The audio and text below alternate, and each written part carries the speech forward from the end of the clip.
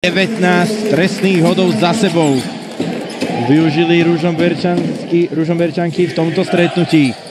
2 minúty 40 sekúnd do konca druhej štvrtiny a do konca prvého polčasu.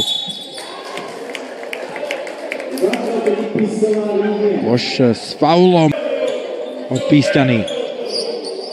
Jeden trestný hod práve pre hráčku s číslom 23. 60-bodový náskok pre Ružomberok. 109-20. 4 minúty do konca tretej štvrtiny. 22 tretej 10 minútovke. Toto Kaliužná teraz zatiaľ na superku.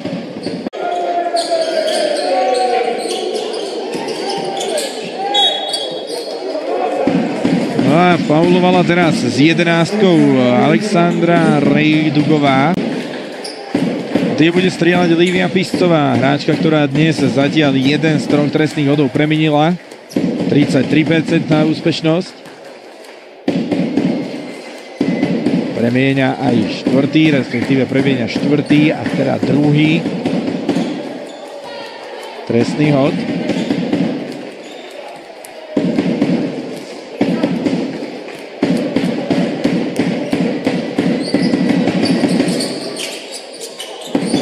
Nakoniec aj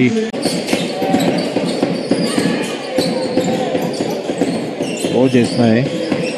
A vodenie lopty do hry má tým, respektíve hráčka 5 sekúnd.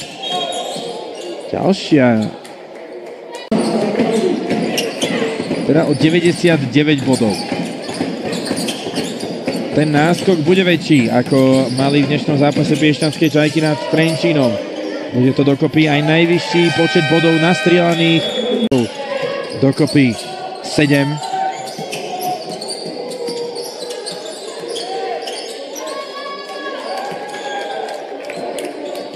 Náskok v tejto sezóne. Bude to najväčší počet bodov nastrieľaných v tejto sezóne. Pre oba týmy na tie nadchádzajúce zápasy základnej časti.